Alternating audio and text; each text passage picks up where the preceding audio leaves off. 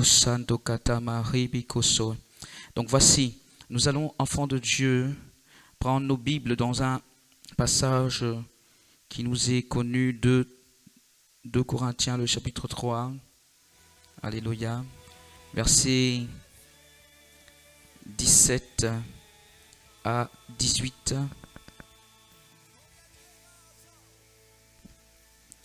Alléluia. Donc, que nous connaissons, où il est écrit, or le Seigneur, c'est l'Esprit.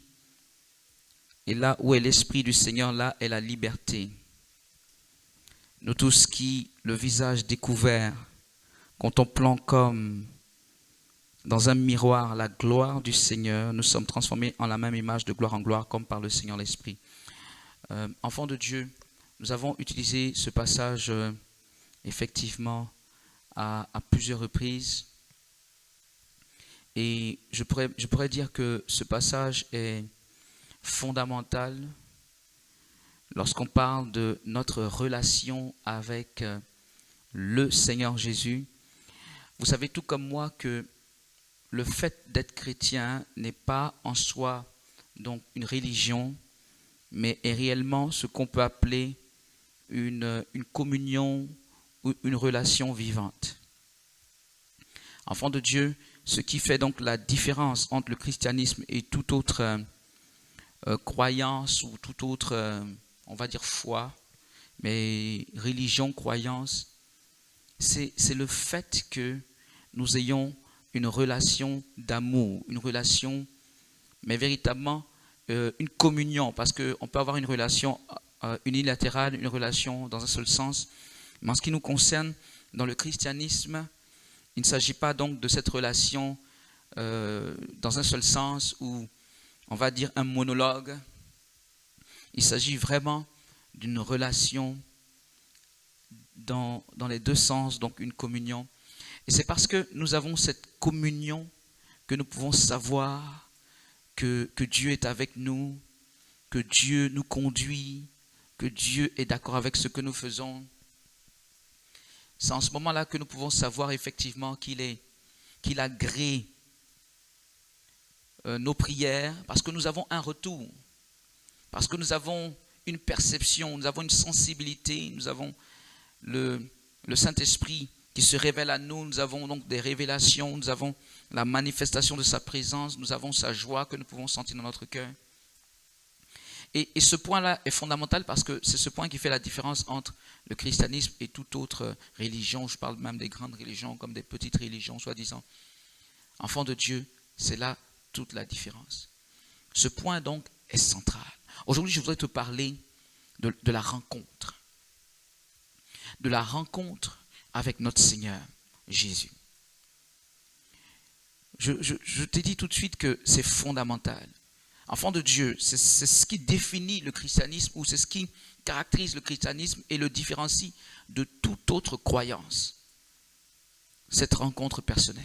Je pourrais même dire cette rencontre personnelle quotidienne. Elle est fondamentale. Cette rencontre de tête à tête. Enfant de Dieu, si un chrétien n'a pas d'expérience vivante, réelle, tangible avec le Seigneur Jésus-Christ, dans ce que on pourrait appeler peut-être une dévotion quotidienne ou dans une relation en tout cas de communion, s'il n'a pas cela, eh bien il est encore dans une religion, mais il n'est pas dans la foi chrétienne. La foi chrétienne ou le fait de servir Christ ou le fait de marcher avec Christ, le fait donc d'être chrétien se définit par cette relation vivante que rien ne pourra substituer, que rien ne pourra enlever. Ce n'est pas parce que tu es dans un groupe, en train de faire des choses dans un groupe, fût-il le groupe donc des partenaires de réveil ou toute autre communauté, ce n'est pas le fait d'être dans un groupe qui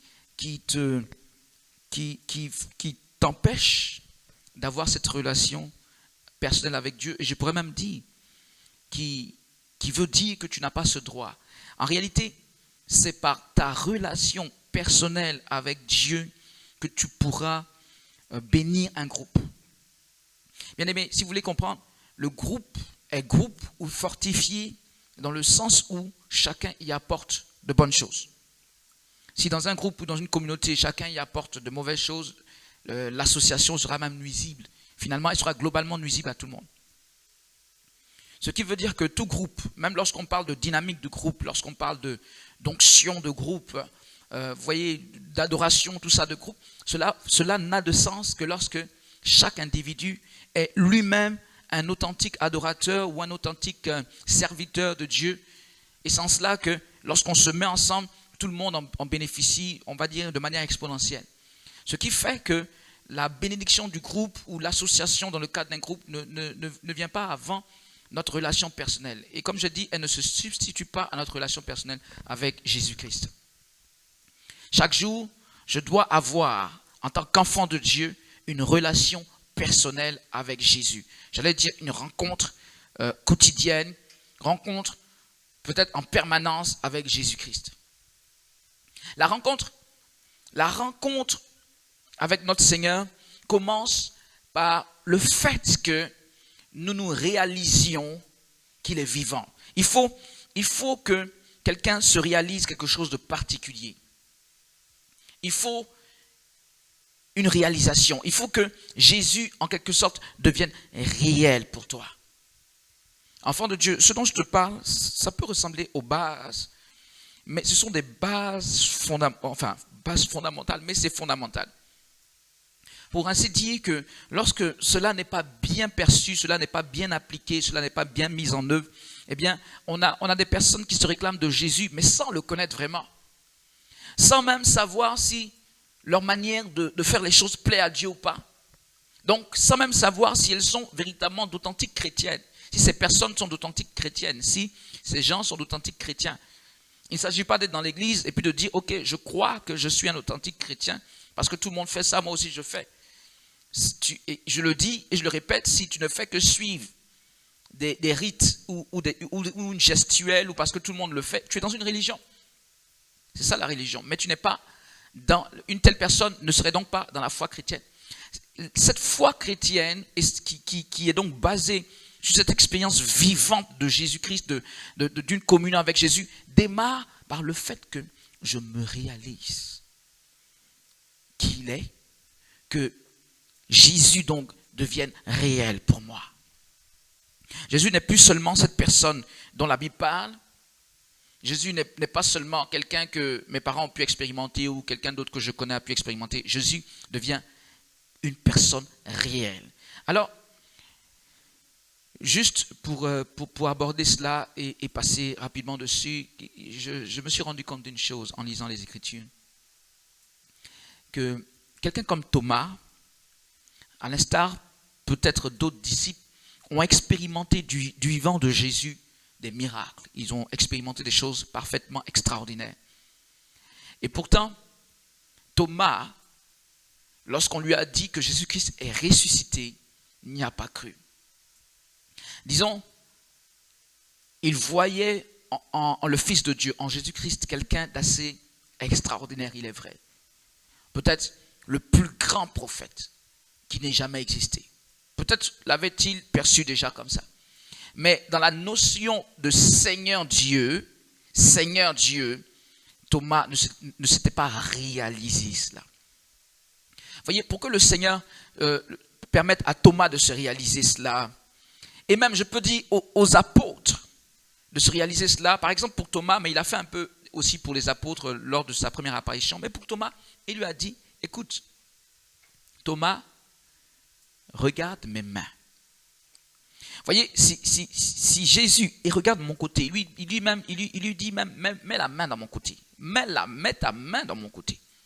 En fait, qu'est-ce que Jésus lui montre? Jésus lui montre que réellement, ces mains-là sont percées. Et c'est exactement la trace des clous qui est là. Aussi gros que ces clous avaient pu être, ils avaient laissé encore cette trace.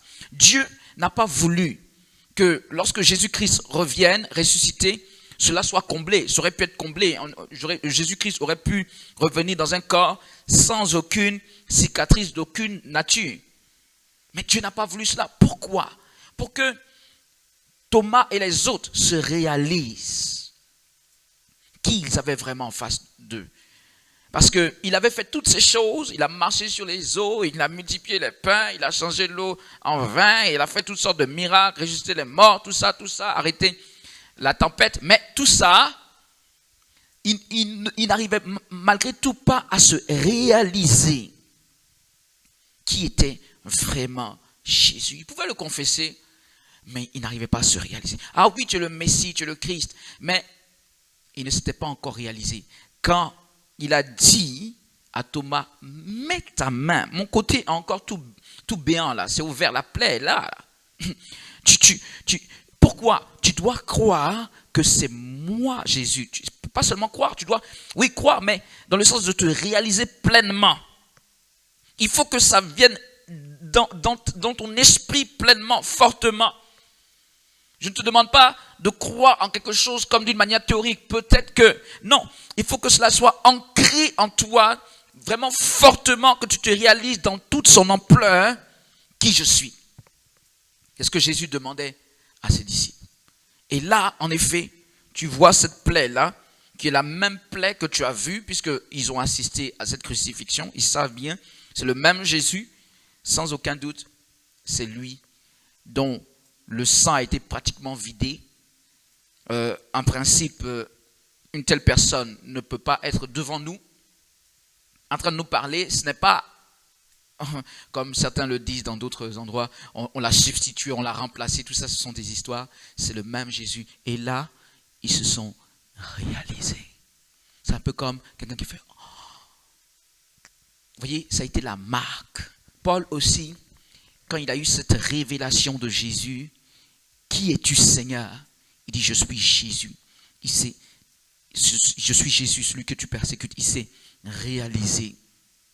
À partir de ce moment, la vie de Paul n'a plus été jamais la même. La vie des apôtres. Vous voyez, à partir de ce moment, dès le moment où ils se réalisent, bien aimés, ils peuvent même mourir tout de suite parce qu'ils savent qu'ils sont dans le vrai. Ils se sont pleinement réalisés. Et la vie chrétienne ou la foi chrétienne, c'est d'abord, enfant de Dieu, pour toi qui me suis, une réalisation solide. Si cette réalisation n'est pas faite, c'est-à-dire si Jésus-Christ dont la Bible parle n'est pas réel pour toi, il y a un problème. Ta foi ne sera pas solide, ta foi sera une foi. Bien aimé, tu ne pourras pas aller expérimenter des choses surnaturelles parce que ta foi sera une foi basique.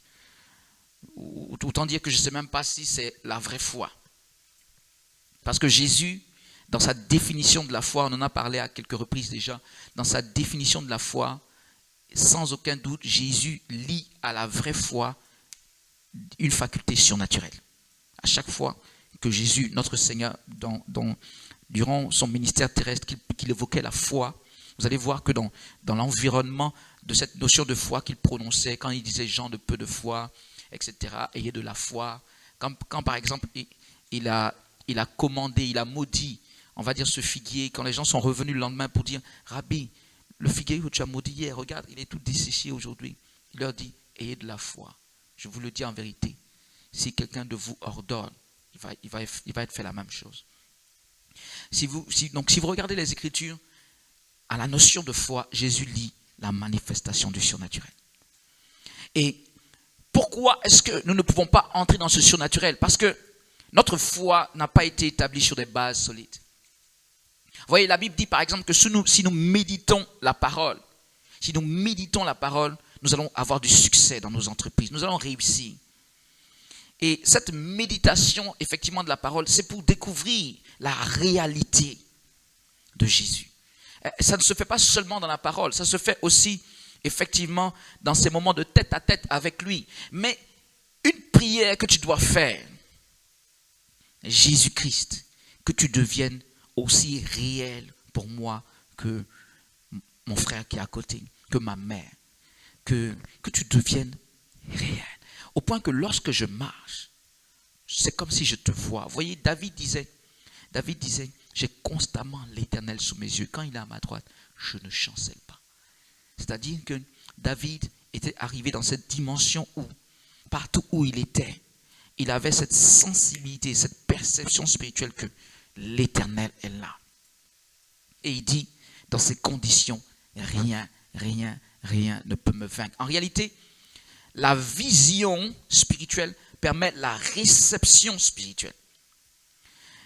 Et beaucoup de gens ne peuvent pas entrer dans certaines dimensions parce qu'ils ne perçoivent pas, ils ne voient pas.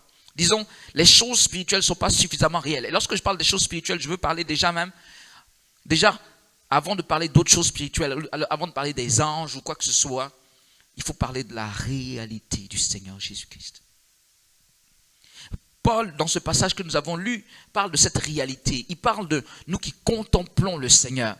Bien-aimé, tu ne peux pas contempler quelque chose d'impersonnel. Je veux dire, quand il parle de contempler comme ça, il parle de la personne de Jésus, que lui, il arrive à contempler, à voir. Et là, lorsque nous avons parlé de ce passage déjà, nous avons évoqué que lorsque nous arrivons à voir Jésus, en fait, le Saint-Esprit fait le travail de nous communiquer l'onction et la puissance. Pour ainsi dire, on va dire la nature de Jésus. Il duplique Jésus en nous. Mais bien aimé, ça commence par la réalisation. Que Jésus soit réel.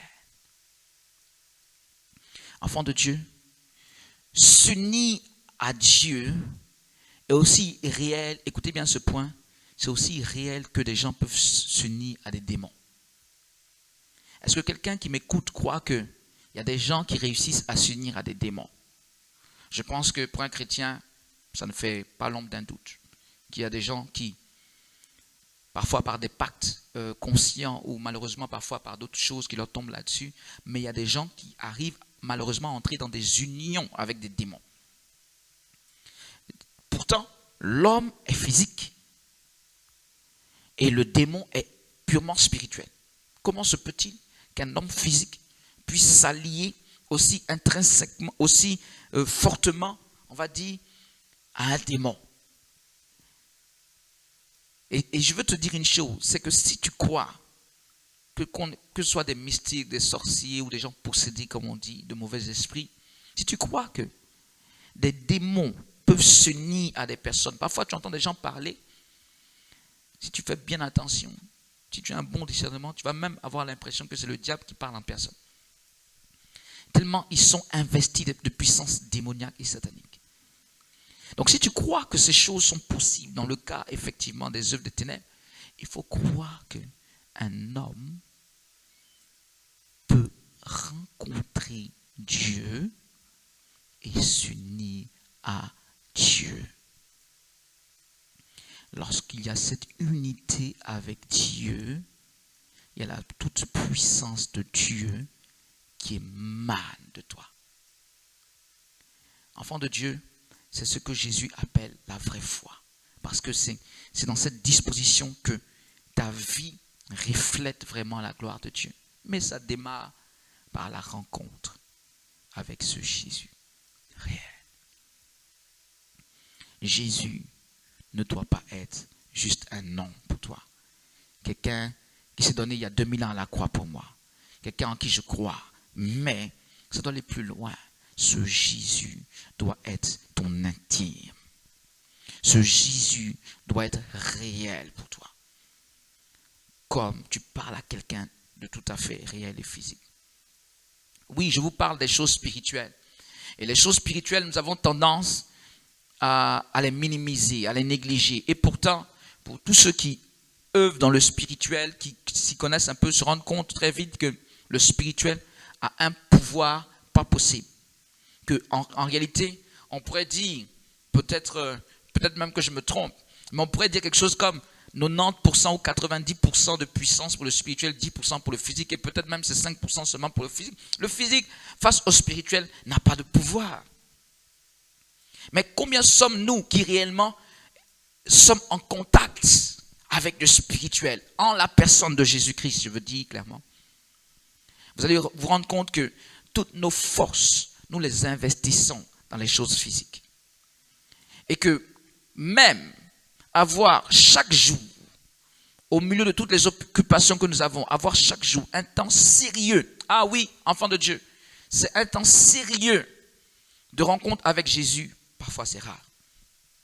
Durant ce moment de rencontre avec le Seigneur, bien aimé, tes sens doivent être, j'allais dire aux aguets, mais ils doivent être à vif. Parce que je parle de tes sens dans le sens de sens physique et naturellement sens spirituel. Tu t'en vas pour être en rencontre avec Dieu. Si tu n'as qu'une heure, supposons, dans la journée, ce serait l'heure la plus importante de toutes tes journées. C'est l'heure la plus décisive. Il est clair qu'il y a des personnes qui peuvent passer une heure, mais qui passent une heure distraitement. Leur prière, vous voyez, c'est ce que Jésus dit. Il dit, quand vous priez, ne répétez pas de vaines paroles, comme les païens le font, et qui croient qu'à force de paroles, ils sont exaucés. Qu'est-ce qu'il veut dire? Vaines paroles, c'est le fait de passer un temps et puis de dire des choses, mais sans que réellement tout ton esprit, toute ton âme, tout ton corps y soit impliqué. Lorsqu'on parle de rencontrer Jésus à l'occasion, si tu veux, de 30 minutes, mais moi je conseillerais quelque chose comme 1 heure par jour, lorsqu'on a la possibilité franchement pour faire des choses sérieuses avec le Seigneur, ou pour être vraiment l'instrument de Dieu. Lorsque tu as cette possibilité d'avoir donc 1 heure comme ça, bien aimé, 7 heures, ça ne sert à rien d'avoir peut-être 5 heures et de les faire distraitement. Si tu as 1 heure, mais que tu disposes toutes choses pour ne pas être dérangé, et une heure où, comme je dis, tous tes sens sont comme aux aguets, tu veux entendre la voix de Dieu. Pourquoi? Parce que le christianisme est une communion et non pas un monologue ou une religion. Ce n'est pas une série d'actes, ce n'est pas un rituel. Le christianisme est une communion, est une relation vivante. Alors, tu es aux aguets, pas seulement pour dire des choses, mais également pour recevoir de lui. Tu prends ce temps où quand tu viens, tu veux être sensible à la voix du Saint-Esprit. Tu prends ce temps où quand tu viens, quand on parle d'adoration, bien aimé, quand on parle d'adoration durant ce temps-là, tu adores jusqu'à toutes tes entrailles pour faire des choses vraiment excellentes devant ton Dieu. C'est ça le christianisme. Le christianisme, sans cette rencontre quotidienne dont je parle, ne peut pas s'appeler christianisme en tant que tel. Ça s'appellerait religion comme toute autre religion. Et peut-être force nous est de reconnaître que beaucoup n'ont pas ce temps nécessaire avec Dieu. On le dit, on dit oui, je prie chaque jour. Mais est-ce que c'est vraiment un temps comme je l'indique? Qu'est-ce qui se passe durant ce temps où véritablement tu es devant la face de Dieu?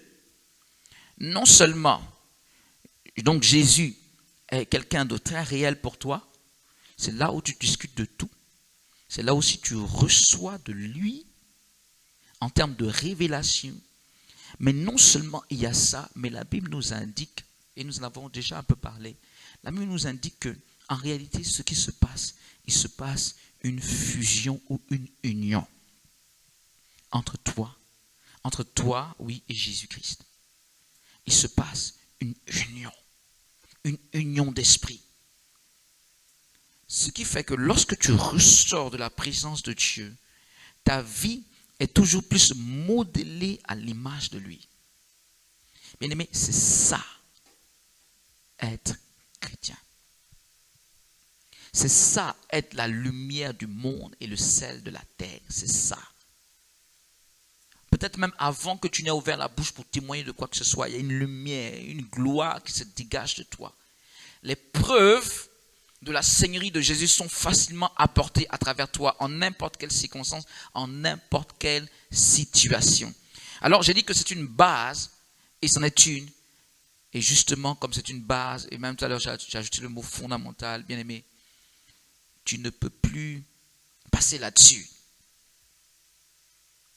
Si quelqu'un s'astreint à avoir réellement cette rencontre quotidienne avec Jésus, sa vie ne sera plus jamais la même. Ta vie ne sera plus jamais la même. Tu entendras la voix de Dieu. Vous voyez, il n'y a pas, je vous dis, entendre la voix de Dieu nécessite de passer beaucoup de temps avec le Seigneur.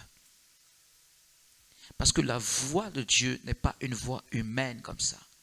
Certes, parfois on peut entendre le Seigneur clairement, mais très souvent la voix de Dieu, ce sera une petite touche. Et disons, tu es devenu suffisamment sensible à Dieu pour percevoir automatiquement ce que le Saint-Esprit veut dire. La sensibilité, comprenez, ça marche comme dans le physique. La sensibilité aux choses spirituelles s'accroît au fur et à mesure que nous leur accordons de l'importance et que nous faisons attention. Ce que je veux dire, c'est que un nerf ou quoi que tu veux, en fait, il s'accroît par le fait que tu l'exerces ou que tu fasses un peu plus attention. Donc, que tu y prêtes attention. C'est comme un goût, un odorat, je ne sais pas moi, n'importe quel sens que nous avons, lorsque on ne fait pas attention à ce sens, eh bien, il ne se développe pas. Il ne se développe pas. Le plus que tu fais attention, c'est pourquoi des gens qui, au départ, n'étaient pas malvoyants, donc étaient parfaitement avec tous leurs sens fonctionnels, peut-être n'avaient pas une ouïe développée. Mais le jour où, peut-être malheureusement, comme ça peut arriver, ils sont frappés de cécité, ils ont un problème donc d'aveuglement, eh bien, leur ouïe se développe. Pourquoi? Parce que maintenant, ils font plus attention. Ils font plus attention à ce qu'ils entendent. Pourtant, ils entendaient comme tout le monde avant. Mais à un moment donné, n'ayant plus le sens de la vue, ils peuvent repérer des choses rien qu'au bruit, discerner plusieurs bruits. Les choses spirituelles ou la marche avec Dieu, c'est ainsi. Il faut vraiment faire attention, et au fur et à mesure que tu fais attention, en fait, ta sensibilité spirituelle se développe. Et lorsque ta sensibilité spirituelle se développe, tu peux recevoir de lui. Jésus dit, en parlant du Saint-Esprit, il dit, le Saint-Esprit n'est pas connu par le monde parce que le monde ne le voit pas, mais vous le connaissez, il est avec vous. Et on en avait un peu parlé. Sachez une chose. Les choses spirituelles ne sont pas comme les choses physiques. Pour recevoir tout le bénéfice des choses spirituelles, il faut arriver à les percevoir. Généralement, on parle de vision qui nous permet de percevoir ou de recevoir. Vous voyez, il y a voir, il y a percevoir et il y a recevoir. Pour recevoir, il faut percevoir. Et pour percevoir, il faut comme voir. Bien-aimés, c'est ça qui permet le transfert de quelque chose qui est spirituel dans le monde physique. Si tu arrives à percevoir, comme je disais, la réalité de Jésus, sa grandeur, sa toute puissance, tu seras une personne hautement bénie, hautement transformée. Oui, ça ressemble à quelque chose de fou quand on en parle. Parce que l'homme qui est carré et qui est charnel ne croira pas en ces choses. Lui il dira non, moi, il faut que je voie dans le physique. Bien-aimé, si tu n'es pas un homme carré, si tu n'es pas une personne charnelle, comprends que les meilleures choses ne sont pas dans le physique, elles sont dans le spirituel. Mais pour les tirer du spirituel jusqu'au physique, enfant de Dieu, il faut quelqu'un qui en perçoive toute la réalité. Et lorsque je parle de choses globales, je reviens encore à la personne de notre Seigneur Jésus. Quand chaque jour, tu auras la réalité de Jésus devant toi, que ce sera comme si tu le vois de tes propres yeux. Tu es dans cette intimité avec lui, tu entends sa voix. Je te dis que la nature de Jésus, sans aucun doute, va se refléter sur ta vie. Tu seras rendu capable, dans le monde physique, de faire des choses que Jésus avait faites à son époque. Sans l'appui de qui que ce soit, parce que Jésus-Christ seul te suffit. Naturellement, après, bien aimé, si tu baignes dans un certain environnement de plusieurs personnes qui sont aussi dynamisées par les mêmes objectifs et les mêmes intérêts, forcément, vous vous motivez, vous vous renforcez. Mais comme je l'ai expliqué, tout part à la base, en principe, d'une conduite individuelle, d'une recherche individuelle, d'un tête-à-tête individuel avec Jésus-Christ. C'est en cela que tu diras, je connais Jésus. Si tu n'as pas encore atteint ce niveau dont je parle, premièrement, ce n'est pas le niveau le plus élevé, c'est en réalité la base de la foi chrétienne. J'ai connu Jésus, j'ai rencontré Jésus, j'ai cru en Jésus, c'est ça. Mais même si tu n'as pas ce niveau, supposons, et que tu m'écoutes, ce n'est pas un problème. Dans la mesure où on va prier pour ça maintenant, premièrement, et dans la mesure où, deuxièmement, je l'espère que tu en as perçu toute la nécessité et que à partir de maintenant, tu vas organiser ton temps pour avoir en priorité, avant toute autre activité qui peut te préoccuper, à avoir ce temps significatif, important, qui changera tout dans ta vie avec Jésus-Christ en termes d'expérience réelle et d'expérience vivante. Beaucoup de personnes parmi nous, donc nous lisons la parole de Dieu. Beaucoup de personnes comme ça lisent la parole de Dieu, mais même la parole n'est pas si réelle. Dans le sens que, bien aimé, c'est comme une intelligence. On sait les choses par intelligence, mais elles ne sont pas réelles dans le sens de la révélation. Dans le sens vraiment de les avoir saisies, dans le sens de les vivre, dans le sens donc de croire jusqu'à vivre cela. Et c'est ce qui nous manque dans le christianisme d'aujourd'hui. Alléluia. C'est ce qui nous manque. Nous sommes à une ère, il faut le dire, où on veut avoir les choses tellement rapidement et tellement facilement que le prix à payer pour certaines choses est parfois mal perçu, même dans le milieu chrétien. Aujourd'hui, on a tous sombré, enfin en grande partie, sous un évangile facile, qui a des ramifications. Mais autant il y en a qui se plaignent des gens de la prospérité, qui parlent beaucoup de prospérité, etc., et d'argent, comme si peut-être tout était facile. Moi, je crois en la prospérité de Dieu, mais je ne crois pas aussi que tout est facile, que voilà, on ne fait rien ou qu'on n'a pas d'étape dans la vie à traverser. Je ne crois pas non plus au phénomène où on fait croire à tout le monde que tout est facile.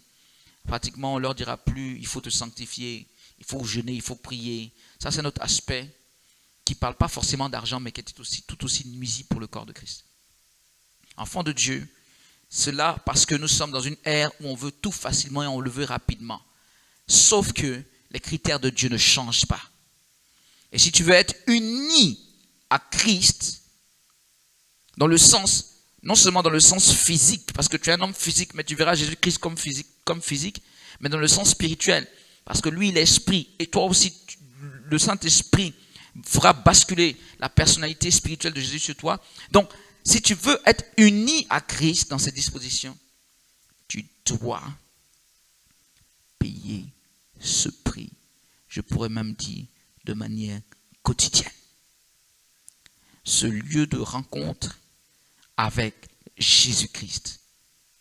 Jésus-Christ, celui que la Bible appelle le vivant. J'étais mort, mais maintenant je suis vivant. Au siècle des siècles, le vivant. Celui que Jean a vu après, encore, le vivant. Il faut que tu aies cette expérience. Tu seras différent de toute autre personne avec cette expérience. Et tu pourras réellement être l'ambassadeur de Christ sur cette terre. C'est une base, mais c'est une base importante. Ne va pas trop vite.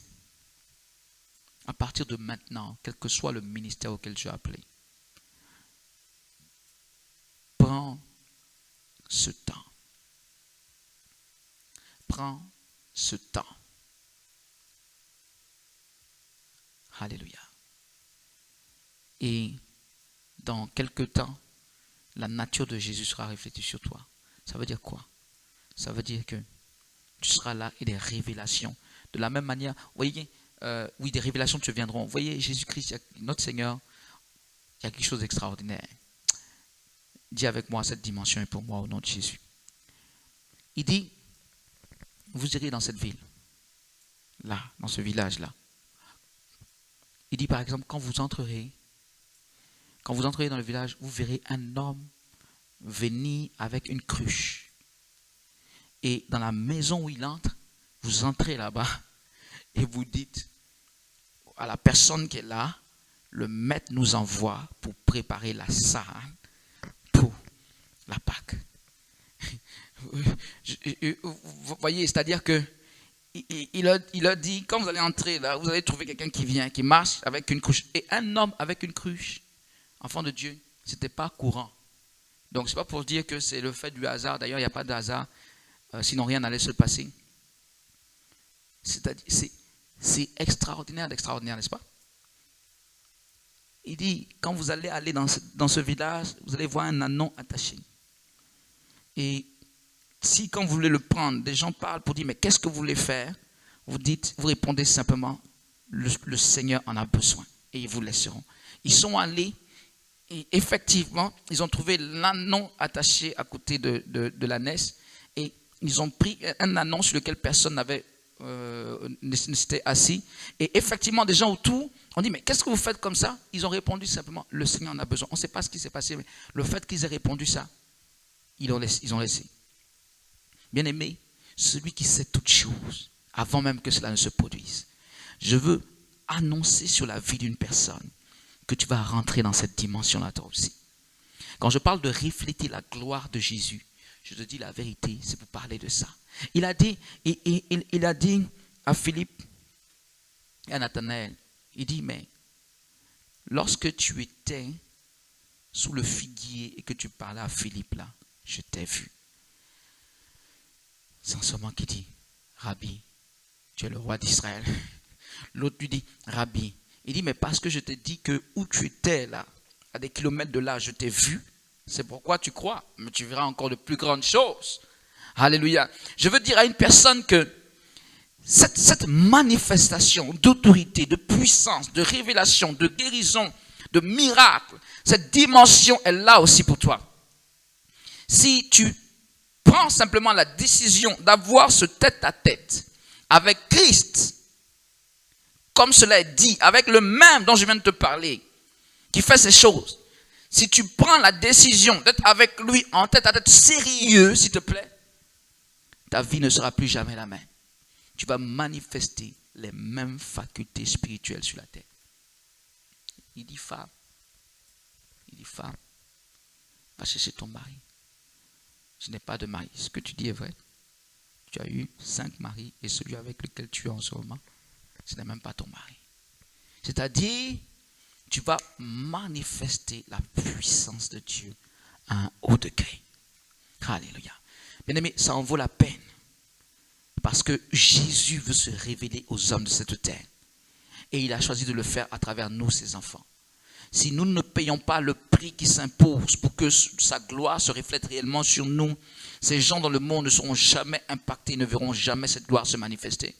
Sache que tout ce dont je viens de te parler, déjà c'est quelques éléments que j'ai mentionnés en ce qui concerne notre Seigneur Jésus et ses facultés puissantes sont aussi ton partage dans le nom de Jésus-Christ. Si tu te lèves pour être dans cette disposition dont on parle, naturellement tout ce qu'on fait à côté dans la dynamique de réveil n'est pas pour rien. Cela vient effectivement pour te renforcer encore plus en tant que serviteur ou servante de Dieu. Mais déjà, alléluia, prends ce temps et l'ennemi va fuir devant toi. Je vais prier le Seigneur. Père, je prie au nom de Jésus que par ta grâce infinie, Seigneur des seigneurs, roi des rois, tu fasses grâce à tes enfants. Tous.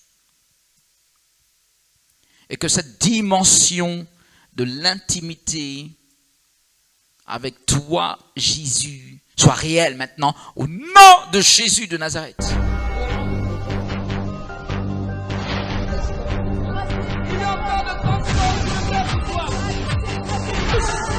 Tous